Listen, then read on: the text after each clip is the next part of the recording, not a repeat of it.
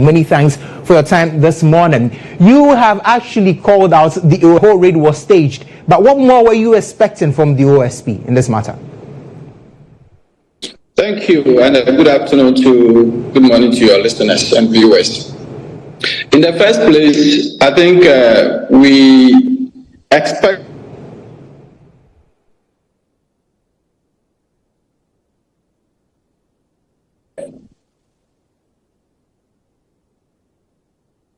on whatever the stand he is taking.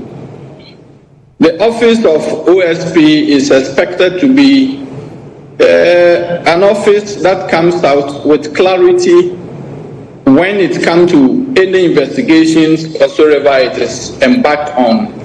And so if it is the position of the OSP that those who raided the house of the former finance minister has no links or authority from his office, we're expecting to hear from him that he gives further details.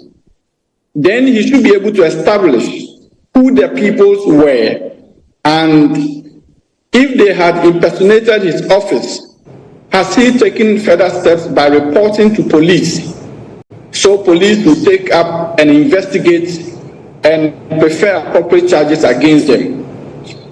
Saying that it was a stage also cast a very huge professional doubt about the standard of professional investigations the OSP has or is adopting. You can confirm authoritatively that an act is a stage only when you have all evidence to suggest and to prove so.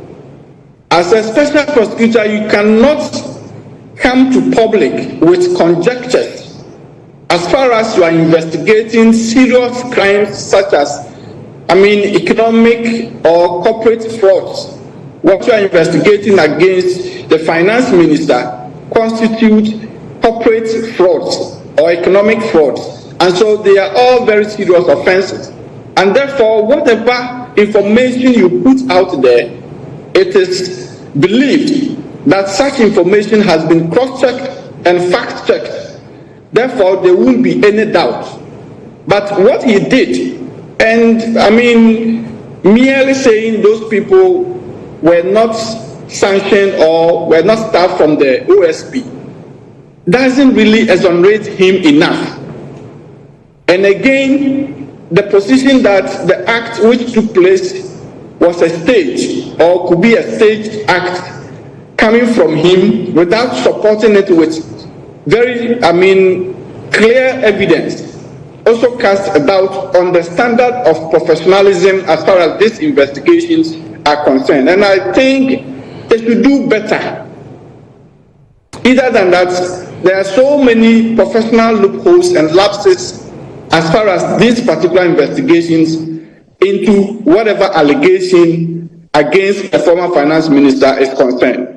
Now, Samuel, you have mentioned that indeed the statement by the OSP lacks clarity, but also he can only report on the activities of his personnel. Given how sensitive this whole declaration of Ken Ofori Atta as fugitive has been over the past few hours, don't you think the OSP was right in the call not to divulge such information, and perhaps would give those information to the security agencies to take it up from there, because he really does not have control or whatsoever command over any military or even the Ghana Police Service?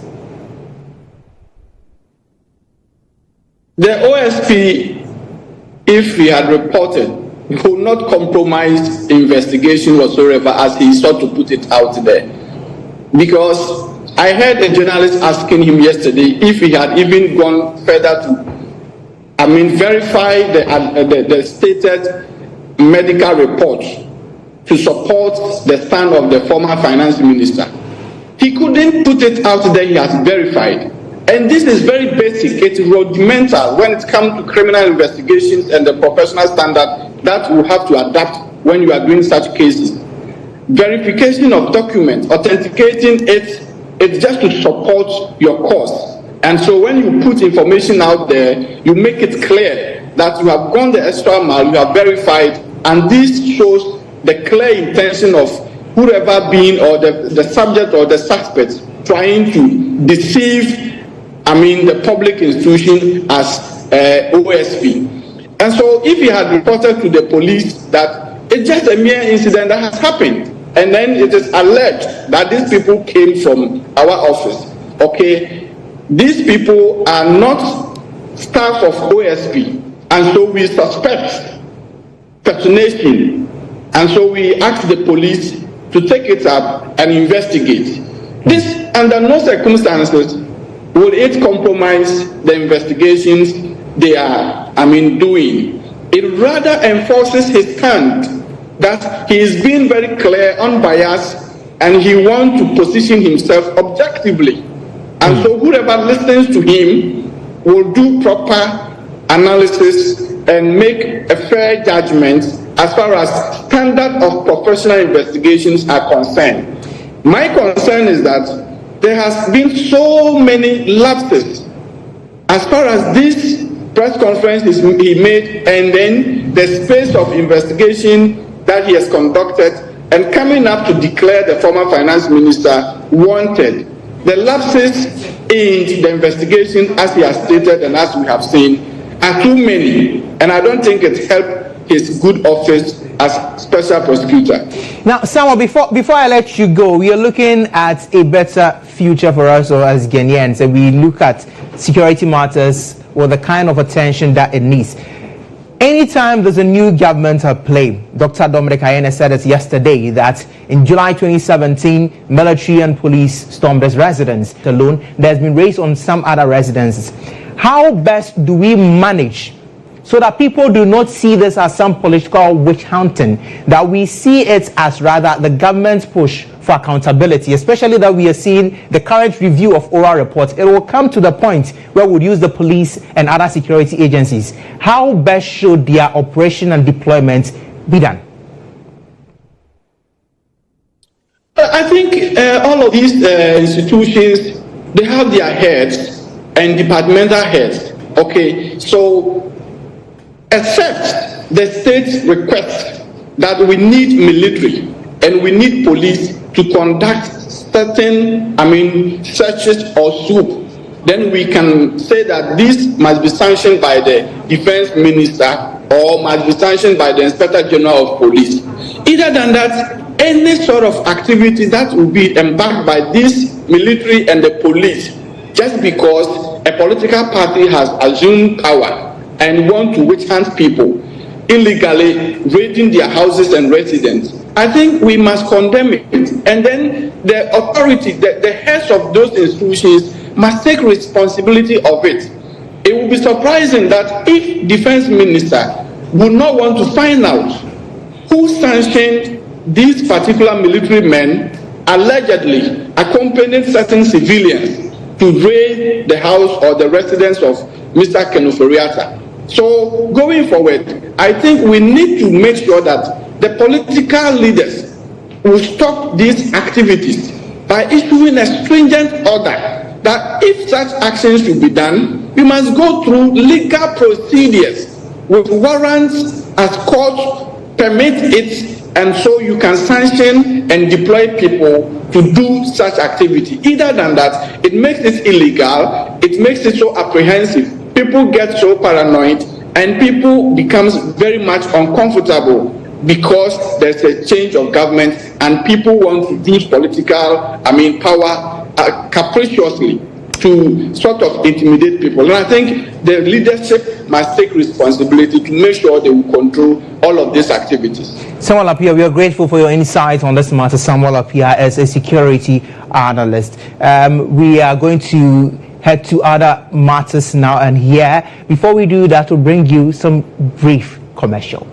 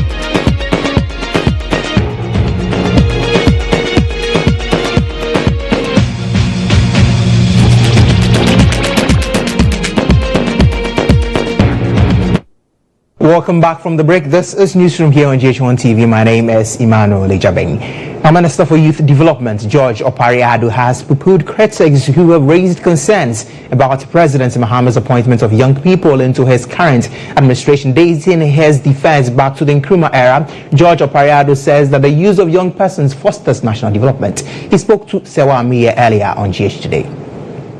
The world has fast changed.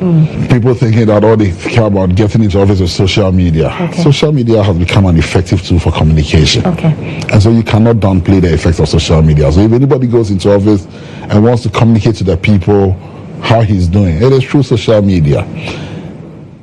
20 years ago, 30 years ago, we didn't have the benefit of social media. But if you look at the people who have changed this country, how old was Kwame Nkrumah when he became leader of government business? How old was President Rawlings when he transformed Ghana? It is young people that have been at the forefront of our struggles. Because then there was no social media, no case was made for them. But study our history. All the people who contributed meaningfully, I'm not saying older folks have not done anything, have done so well. Now go back to history again. All the people who have caused the ruts and mess in this country, you find a lot of older folks also in there. All the young people who have been given the opportunity to serve in governments, a lot of them have gone on scandal free.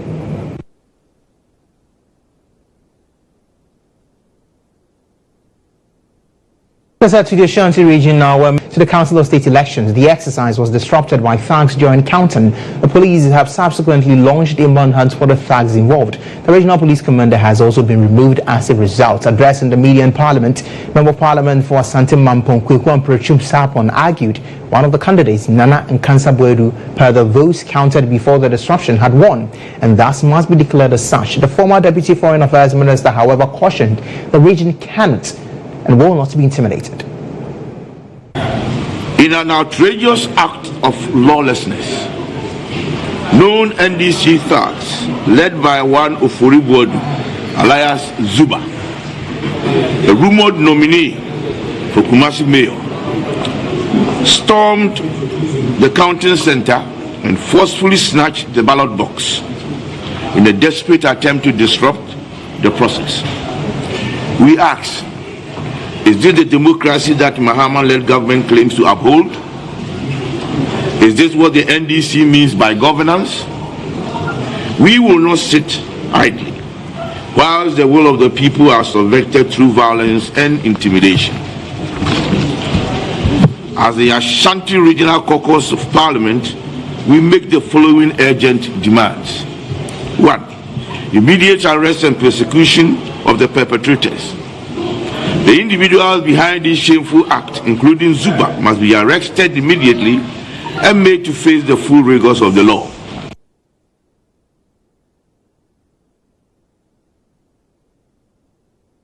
One of the parties in this matter, that is the Electoral Commission overseeing the Council of State elections, has stated in a late-night press release indicating that they would organize and call for the rerun of the Council of State elections in the Ashanti region. Per a statement released and signed by Samuel Tete, Deputy Chairman of Operations at the Electoral Commission, he said that the Commission has written to the Ghana Police Service and copied the National Election Security Task Force to heighten security at the venues of the elections to prevent any disruption. So we do understand that for the Northeast and the Ashanti regions, there would be a rerun of the elections on Monday, the 17th of February 2025. Away from that, the administration of President John Dramani Mahama will scale down this year's Independence Day celebration, moving the parade to the Jubilee House as a cost-cutting measure. Addressing the media, Minister of State for Government Communications Felix Kwachi Ofosu stated that the regional rotational celebration has been paused as the 2023 event cost the country 13 million Ghana cedis. The main celebrations, which ordinarily would have taken place in Accra at the Independence Square, has also become the subject of some rollback. President Mahama believes that yes, there is much to celebrate over Ghana's independence. It is perhaps the most significant happening in our entire history as a country, and he acknowledges the need to celebrate this in a manner that befits our status as an independent country. Nonetheless, he is also minded by the parlous state of the economy and the various competing needs and the fact that there are critical sectors of our national life that do not receive adequate or anything near to adequate funding. He believes that at this moment in time, there is a need. Much to celebrate, but we need to save money in order to invest in critical sectors of our nation's development. But this particular move has been described as populist by the running mate of the Convention People's Party in the last general election, Uganda Man. He joins me via phone now. Many thanks for your time this afternoon. Populist, you say, but don't you agree we need to save cost and money as a nation? Thank you very much, and then good afternoon to your change viewers and listeners. I say populist because it has become very clear that the NDC is riding on the back of Ghanaians going in mass to give them the mandate to rule. And in fact, it's not only populist, it's also a kind of, theatrics. Because if President Mahama believes that we should celebrate, why is he taking away some of the iconic disposition of this all-important day? 1st of March 1957 was the first time a country south of the Sahara has won independence, and it lit the light. And Nkrumah said that our independence was meaningless unless it built up the total liberation of the African continent. Moving it from that iconic Independence Square or Black Cat Square, he's losing the purpose. It's not just about taking down money. The celebration is momentous, and it has certain iconic aspects. We need to keep it. In any event, it is not reducing what must be done on the 6th March expenses that will let us save money to go and take care of other sectors. And who says we cannot scale down? We don't need to go to Independence Square or the Black House Square with the pageantry we've been doing. We agree. We can still go there and mount the parade. Very simple parade, very simple orchestration. Let the president come and deliver. And even put in the situation where we can begin to reinvent our youth. Use the occasions now, bring back that sense of patriotism, that sense of fighting for a nation. So it's not about taking it to Jubilee House that will let us steal down. Mr. Ganamanti, taking a cue from what you said, your own words, the independence of Ghana is meaningless unless it leads to the total liberation of the African continent. That is the essence of independence for Ghana per Kwame Nkrumah's statements. Do you think that has been achieved? And if it hasn't been achieved, if the president is moving it away from the Independence Square to the official seat of government, what then is wrong with that? I mean, that has been achieved when it comes to political independence. All historians and politicians know that political independence has been achieved across the continent. We are now left with economic independence. But I'm saying that the reason justifying what they want to do, that we want to save money, is neither here or there, because we can still go to Independence Square and do something very simple. Economic independence, you say, but we have credible information leading to the fact that the USA current sports on funding for US aid is leading to Ghana having to suffer some loss of 151 million Ghana cedis. Would you not then agree that saving 15 million cedis is a step in the right direction? No, the point is that we are not going to spend 15 million cedis if we want to reduce the budget. I'm saying that the celebration is momentous and it has certain iconic nature. The point is simple. If you want to throw away the iconic dispensation of your country, you will gradually be dissipating what we stand for. What if another president comes and says, okay, fine, we want to embolden children. Let's take the celebration to the A4 Sunderland Park. Another president can come and say, okay, let's take it to A4 Sunderland Park because we want children to invite into what it stands. The point is that the Independence Square holds a certain iconic dispensation. Let's go there and use 5 million if you want to, 2 million if you want to, 1 million if you want to. We are not saying go and spend 50 million. Go there and do a simple thing, but you still represent that iconic dispensation of the celebration. If we take away the celebration from the Black House Square or the Independence Square, we have lost it. We are losing it. We are gradually watering down. We are dissipating the essence of the celebration. Don't forget that anytime we hold that celebration, the whole world takes it. And anytime the world is taking it, they take our Independence Act. That monument that is there at the Independence Square, at the Black House Square, that monument that is there is always picked. You know what that monument represents? So at the end of the day, this justification that we want to reduce funds, we have so many areas we can reduce funds. Let them cut their salary if the president wants to reduce funds. Let them stop the ex gratia if the president wants to reduce funds. But the point is that we must not begin to dilute the iconic historic celebrations we have as a nation. That is what holds this nation. That's what propels us. Celebrating it at the Independence Square alone puts this country on the map. We are going to celebrate it at the Jubilee House. We are taking it to elitism. How many Ghanaians will be able to go to the Jubilee House to witness it? So you don't have your crony. You invite your bigwigs, your elite, to go to Jubilee House. And when you are celebrating it at the Independence Square, a normal Ghanaian going to Tema Station, a normal lawyer going to court, a normal person working at the ministry, sitting in a truck prosecuting the car, can see, oh, something is going on. I'm not physically standing there, but the president is leading us, and we are celebrating the country of the first country of the Sahara to more or less usher in the independence of the African nation. It means a lot. It means a lot. So the justification is they should come again. The president is surrounded by people. And the president, if he wants to reset Ghana, and if he wants to get his act right, he should be very careful some of the advice he's getting. Taking this all-important program away from the Independence Square, it's a no. Mr. Ganamanti, thank you so much for speaking with us here on Newsroom. He is actually the 2024 running mates for the CPP in the last general elections.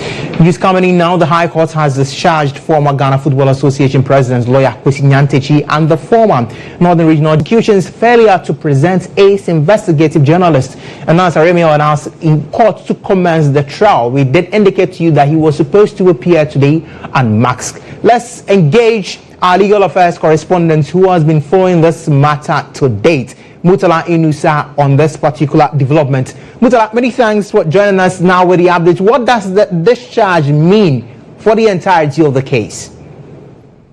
Well, Emmanuel, what this decision of the court exactly means is that lawyer Kwesi Nyantakyi and Abdullahi Al-Hassan, who were charged of fraud and conspiracy following Anas Anas's investigative piece titled Number 12 Expose, it led to Nyantakyi to produce their witness. In fact, earlier they indicated to the court that they have 5 witnesses, including Anas. The court is saying that Anas should come unmask Nyantakyi in chambers that will testify in an open court with the mask on. Prosecution did not accept that ruling.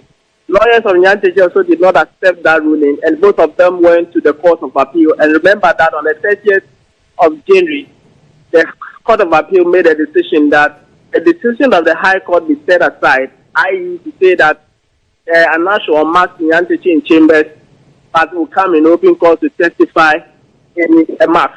Particularly made requests for an adjournment, in fact for a month adjournment. But lawyers of Nyantakyi and the other accused person opposed to that and said, look, prosecution have been seeking for adjournment. If they are not ready to prosecute their own case, the accused person should be discharged.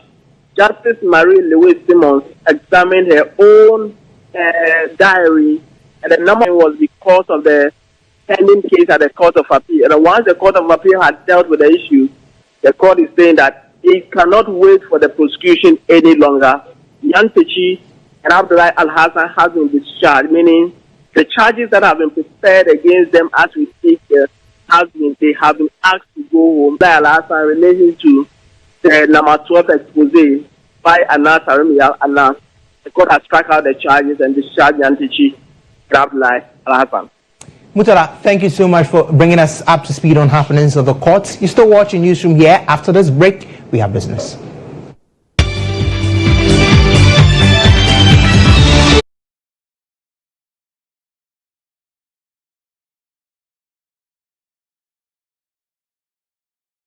The World Bank has advised Ghana to proceed cautiously before re-entering international capital markets, warning that a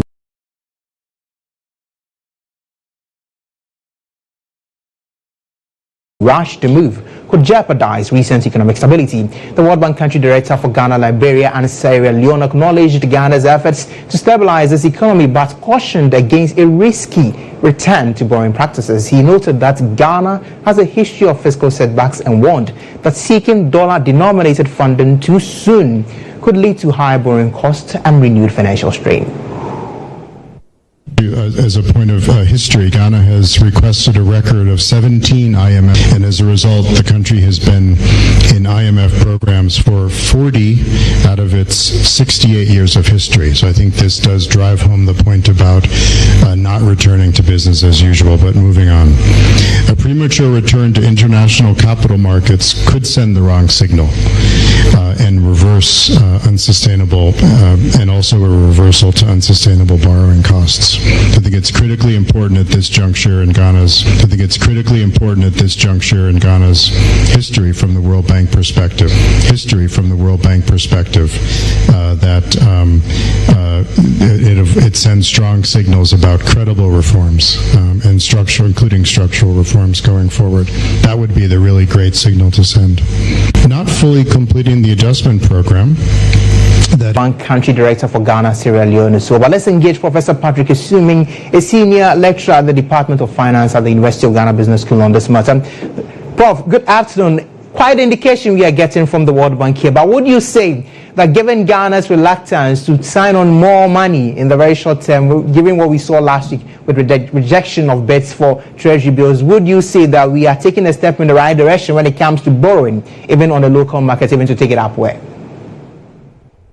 Good afternoon to you and to viewers.